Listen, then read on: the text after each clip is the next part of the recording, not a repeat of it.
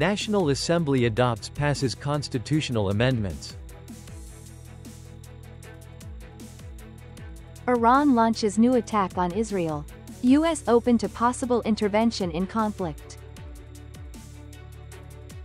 Traceability, a shield against counterfeit goods. Hello, so good to see you again in today's news. I'm Hiến and here we go, the first step of the show. On the morning of June 16, with 100% of delegates present voting in favor, the National Assembly officially unanimously approved a resolution amending certain articles of 2013 Constitution, marking a historic milestone and initiating a profound institutional reform in the organization of political system and national governance. The resolution takes effect immediately upon its approval. The most important point is the reorganization of Vietnam's administrative units into a two-tier government model, provincial and centrally run city levels and lower-level administrative units. From July 1st, all district-level administrative units across the country will cease operations. Post-restructuring, personnel appointments will be made by designation rather than election. The newly passed resolution also stipulates that the Vietnam Fatherland Front is a component of the political system of the Socialist Republic of Vietnam, led by the Communist Party of Vietnam. Mass organizations such as the Trade Union, Farmers Association, and Youth Union will continue operating within the framework of the Constitution and laws, under the unified coordination of the Fatherland Front. On the night of June 13 local time, Iran's Islamic Revolutionary Guard Corps just launched a new attack on Israel after warning a devastating response to Israel's prior strikes on Iran. Israeli media reported that Iran fired about 30 missiles, triggering air raid sirens across various regions, including the north, central, south and the Golan Heights.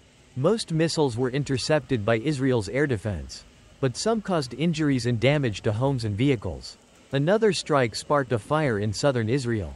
The assault came after Israel had earlier launched airstrikes in western Iran, targeting missile launch sites and a building of the Iranian Ministry of Foreign Affairs in Tehran, injuring many civilians and diplomats. Iran's Ministry of Health reported at least 224 deaths and over 1,200 injuries in Israeli attacks since June 13. Israel also reported at least 13 fatalities and 380 injuries. In a recent interview, President Donald Trump left the door open to U.S. involvement in the conflict but stated it was not yet the right time for military action. The Group of Seven G7 summit has kicked off in Canada to discuss many pressing issues as the world faces multiple overlapping crises from security and trade to climate change. The summit is attended by the leaders of the 7 G7 member countries, Canada, the US, the UK, France, Germany, Japan, and Italy. Of particular note is the presence of U.S. President Donald Trump on his first visit to Canada after re-election and the imposition of tariffs on the host country.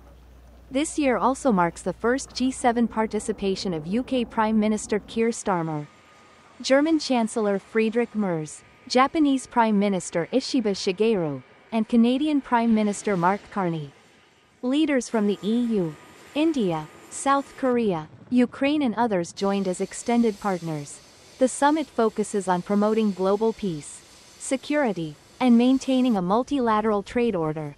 Tensions between the U.S., its allies, and China over tariffs, the Russia-Ukraine conflict, the Gaza situation, and the Israel-Iran confrontation all cast a shadow over the summit agenda.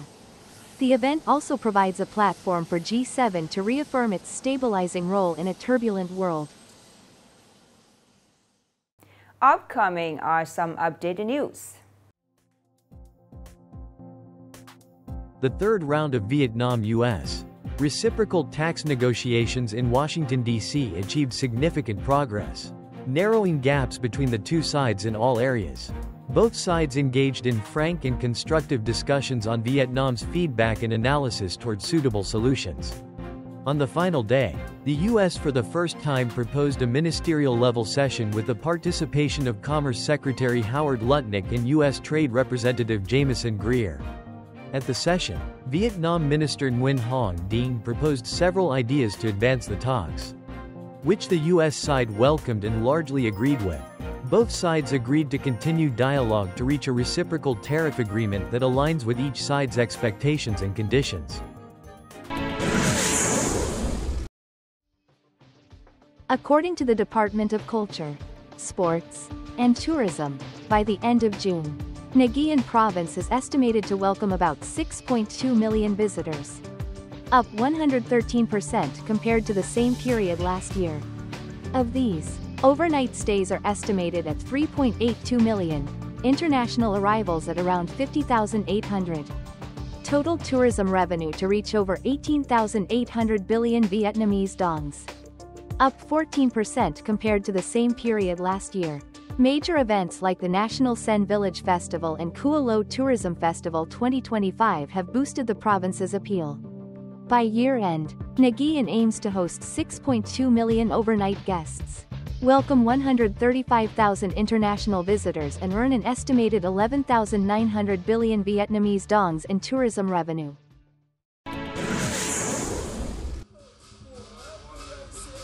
Vietnam Airlines and its member units held a groundbreaking ceremony for 2 aviation service projects at Long Thanh Airport. With a total investment of nearly 1,800 billion Vietnamese dongs. Of these, the aircraft maintenance is built on an area of nearly 46,000 square meters. With a total investment for Phase 1 exceeding 1,100 billion Vietnamese dongs. This is an integrated aviation technical complex capable of maintaining 2 wide-body and 2 narrow-body aircraft simultaneously, with capacity of about 150 aircraft per year. Meanwhile, the digital aviation catering project is built on an area of over 30,000 square meters. With a total investment of 700 billion Vietnamese dongs. Its initial capacity is 20,000 meals per day and will then double with the development of the airport.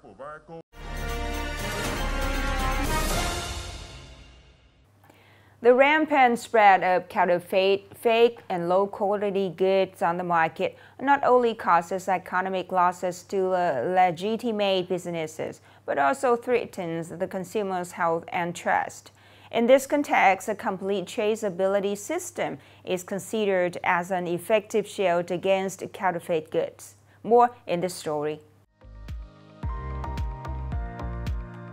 Recent months have seen a surge in counterfeit product cases, causing public concern and affecting many companies. Mom Berti, for example, had to cut its workforce by 30% and scale down production due to low consumption. The company is now focused on developing traceability technology so customers can verify and trust its products. Although the brand protection is costly, I think it is necessary for a business. With just a phone, customers can scan the traceability code via Zalo or directly from their phone screen to see product origins. Efforts have been made at both sectoral and local levels to develop traceability tools, particularly for agricultural, food and small-scale OCOP products. However, current systems are fragmented and lack nationwide integration. To make traceability a truly strong shield, more comprehensive and decisive solutions are needed. Traceability helps state agencies detect violations and reassures consumers. Especially, it protects legitimate businesses. We must develop a national, interconnected database on product origin and quality and apply digital technology in goods traceability. Given the current situation of fake and low-quality goods, experts also advise consumers to be wiser in their shopping. People should use digital tools, develop habits of checking labels, quality and tracing goods to ensure clear product origin and quality. The last story just ended our show today. Thank you so much for your attention. Goodbye and see you later.